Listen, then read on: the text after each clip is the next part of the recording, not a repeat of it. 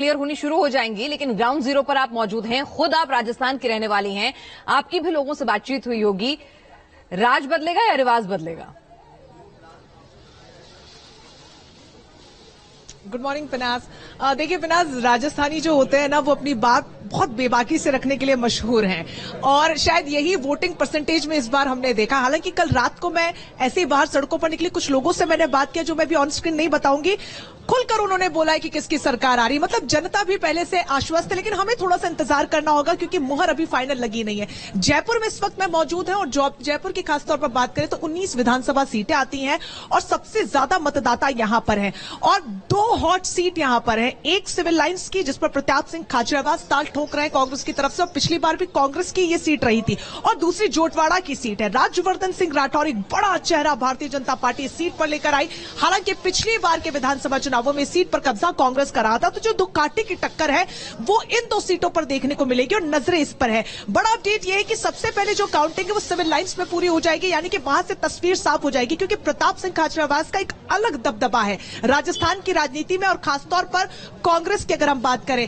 जोटवाड़ा की बात करें तो अंत में इसके रिजल्ट आएंगे, जो कि सबसे ज्यादा महत्वपूर्ण भी है। 20 से 22 राउंड की यहां पर काउंटिंग होनी है और यहां पर पता चलेगा कि राज्यवर्धन सिंह, जो बड़ा चेहरा भारतीय जनता पार्टी जिस पर दाव खेल रही थी, क्योंकि इस बार कई मंत्रियों को मैदान में उतारा गया, ये बड़ा दाव भारतीय जनता पार्टी की तरफ से रहा। और इससे भी ज्यादा इंपॉर्टेंट पिनाज ये भी देखना है कि इस बार के चुनाव में महिलाओं ने पुरुषों से ज्यादा मतदान किया। हालांकि डिफरेंस बहुत छोटा है, लेकिन शुरुआत छोटे से ही होती है। शायद एक बड़ा मुद्दा लॉ एंड ऑर्डर का भी रहा होगा, जिसको लेकर बार बार विपक्ष जो है राज्य की सरकार को कटघरे में खड़ा कर रहा था। फिर चाहे वो महिलाओं के खिलाफ अपराध के मामले हो, रेप के मामले हो, छेड़खानी के मामले हो, अटेम्प्ट टू रेप के मामले हो, ऐसे कई आंकड़े हैं जिसमें राजस्थान सरकार को वक्त दर वक्त गिरा गया है। लेकिन महिलाओं ने जो वोटिंग की है, इस बात पर पूरी तरीके से तस्वीर को साफ कर देगी कि कौन कितने पानी में है। क्या राजस्थान सरकार के साथ है प्रदेश की महिलाएं और सारी बातों को झुठला दिया जाएगा, या फिर जो विपक्ष आरोप लगा रहा है उसमें पूरी लॉ एंड ऑर्डर या सस्ता सिलेंडर और एक से जो सबसे ज्यादा जी और तेलंगाना से राजकिरण भी अनुराग जोड़ बिल्कुल योजनाएं जो है, देखिए मैं वही बात करती आप जी रंजना कंप्लीट करें। जी मैं ये कह रही थी, जैसे कि पनाज ने कहा कि जो चुनावी वादे हैं और उसके अलावा जो लॉ एंड ऑर्डर रहा, और एक अशोक गहलोत जो कह रहे हैं कि हमारी मुख्यमंत्री की जो पॉपुलैरिटी है वो काम कर जाएगी। लेकिन मैं यही बात सामने रख रही थी कि भारतीय जनता पार्टी इस बात का दम भर रही है कि चुनावी वादे जो हमने किए हैं और जो स्थिति राज्य में है वो जीत की दहलीज को पार करवाएगी। लेकिन अशोक गहलोत पूरी तरीके से आश्वस्त है कि राज कायम रहेगा। ठीक है, अशोक गहलोत को राज की उम्मीद है। राजकिरण का रुख करते हैं, हमारे सहयोगी हैदराबाद से हमारे साथ जुड़े हुए हैं। राजकिरण, क्या बड़ी वजह आपको नजर आ रही है कि एग्जिट पोल में तेलंगाना में कांग्रेस को बढ़त देखने को मिल रही है? क्योंकि इससे पहले जितने बाई इलेक्शन हुए और जब से स्टेट सामने आया तब से बीजेपी भी लगातार मजबूत स्थिति में नजर आ रही थी, खासकर हैदराबाद और उसके आसपास के इलाके में। जी हाँ, खास तौर पर यहाँ पर जो एंटी इनकम्पेंसी है, पिछले 10 साल से कंटिन्यूअस यहाँ पर बीआरएस की सरकार चल रही थी, वो एंटी इनकम्पेंसी साफ तौर पर इस बार क्लियरली ग्राउंड लेवल पे दिख रहा है। और यहाँ बीआरएस का 2 ऐसे लास्ट मोमेंट पे, जो चुनाव के 6 महीने से पहले बस 2 ऐसे स्कीम्स आए थे, एक है दलित बंधु और दूसरा है बीसी बंधु। ये 2 स्कीम्स जो बीआरएस को अब के बार बहुत सारा झटका लगा है, क्योंकि दलित बंधु में जो 10 लाख रुपए देने का बात कही है, वहां पर कई गांवों में 100 से 150 दलित फैमिलीज रहते थे, बस उनमें से 2 या 3 फैमिली को 10 लाख रुपए मिले, बाकी लोगों को नहीं मिला है। इस तरह के कई सारे पूरे तेलंगाना में बहुत सारे डिस्ट्रिक्ट्स में इसका विरोध हो रहा है। और खास तौर पर यहाँ पर ऑपोजिशन, जिस तरह से हमने बीजेपी को मार्च समय में देखा था, बीजेपी का एक लहर देखने को मिल रहा था। बीजेपी का जब यहाँ पर बंडी संजय जो पुराने अध्यक्ष थे, उनको हटाने के बाद जब किशन रेड्डी को लाने के बाद एकदम यहाँ का सिनारियो पूरी तरह से चेंज हो गया है।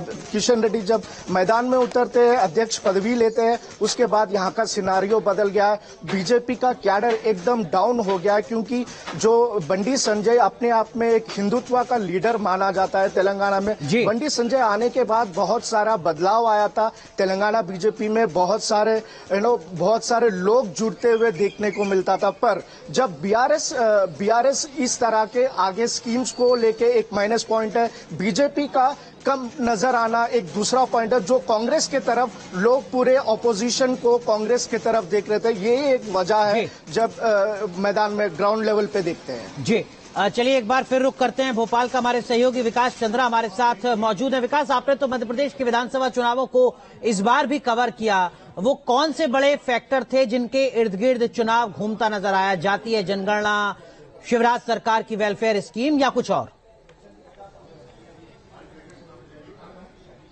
जी देखिए, यहाँ की अगर बात की जाए तो कई तरह की मुद्दे यहाँ पर चल रहे थे और सबसे बड़ी बात थी कि मुद्दे बनाने की जद्दोजहद यहाँ पर दिखाई दे रही थी। बीजेपी की तरफ से कोशिश की जा रही थी कि वो जिन मुद्दों को उठा रही है वो मुद्दा बन जाए।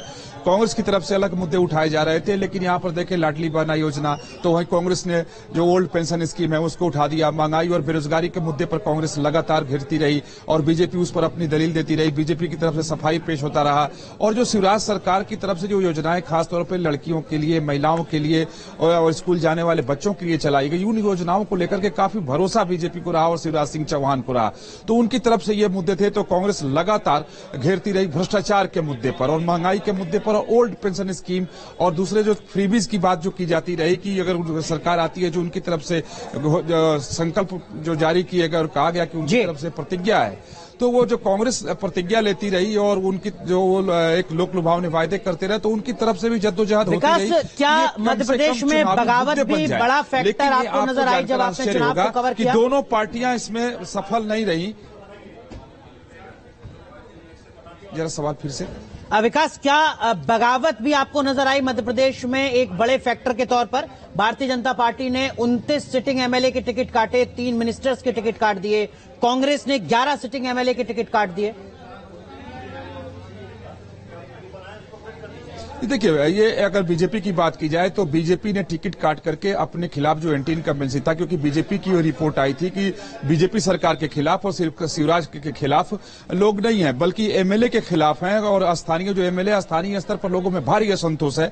तो बीजेपी ने उन टिकट को काट करके उन्हें संतुष्ट करने की कोशिश की और बीजेपी का ऐसा दावा है कि उनको इसका फायदा मिला है और कुछ ऐसी सीटें हैं जहां पे फायदा होता हुआ दिखाई भी दे रहा है। मैंने भी इस चीज को एहसास किया।